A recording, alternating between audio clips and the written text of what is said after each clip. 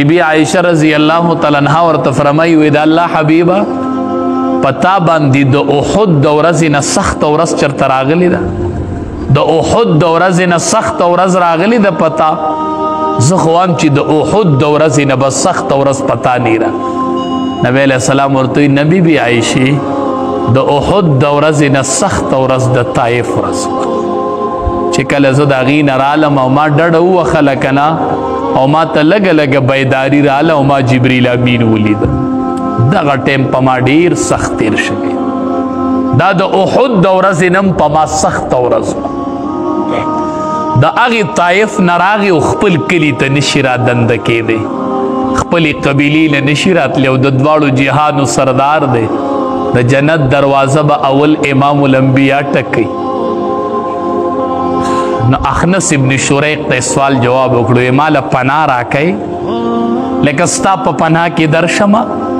د دې کعبې نه به طواف وکړم او دا حجر اسود به ښکل کړم نو پناه راله راکئ اخنس ابن شریق ورته وایي نه زه نشم درکړم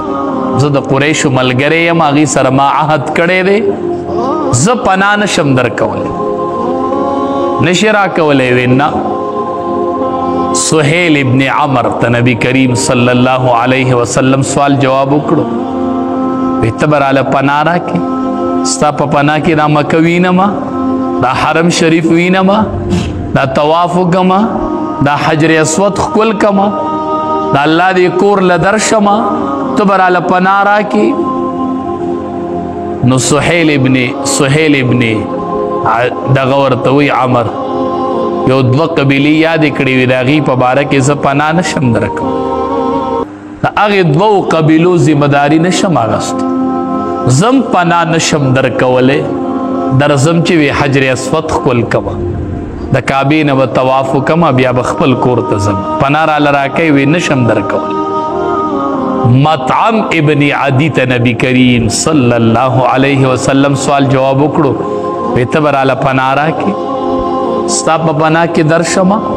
تاسو د کلي نه ایستلی خپل کلي ته راځمه خپل کور ته راځمه او د الله کور ته راځمه پناه به راله راکې مطعم ابن عدي ورته وی او زه پناه درکوم راځه خپل زامن یې راجمع کړل وی راشئ بچو نبی اخر الزمان له به پناه ورکوم نن ښه او ټول راشئ د حرم شریف دروازو سره ودرېږئ تورې راوالی زامن یې ودرولو او په خپله په اوښ باندې سور ناست دی او راغی وی ای قریشو ما امام الانبیا له پناه ورکړې دا کم حالو چې نبی اخر الزمان د حرم شریف خواله راځي او نشي راتلی یو ته وایي ما له پناه راکړه بل ته وایي ما له پناه نو مطعم ابن عدي چې و هغه په اوښ ناست دی او اواز لګوي وی ما امام الانبیاء له پناه ورکړې ګورئ خبردار دته به اسم نه وایې دې کې نبی کریم صلی الله علیه وسلم راښکاره شو زامنو ته ویې ګیر چاپېره تې ګیره ور واچوه ګیر چاپېره د نبی کریم صلی الله علیه وسلم نه ګیره اغستې ده او نبی علیه السلام راغی د بیت الله نه طواف وکړو او حجر اسود یې ښکل کړو حجر اسود له ورغې ښکل یې کړو او د بیت الله نه طواف وکړو او د هغه ځای نه امام الانبیا خپل کور ته روان شو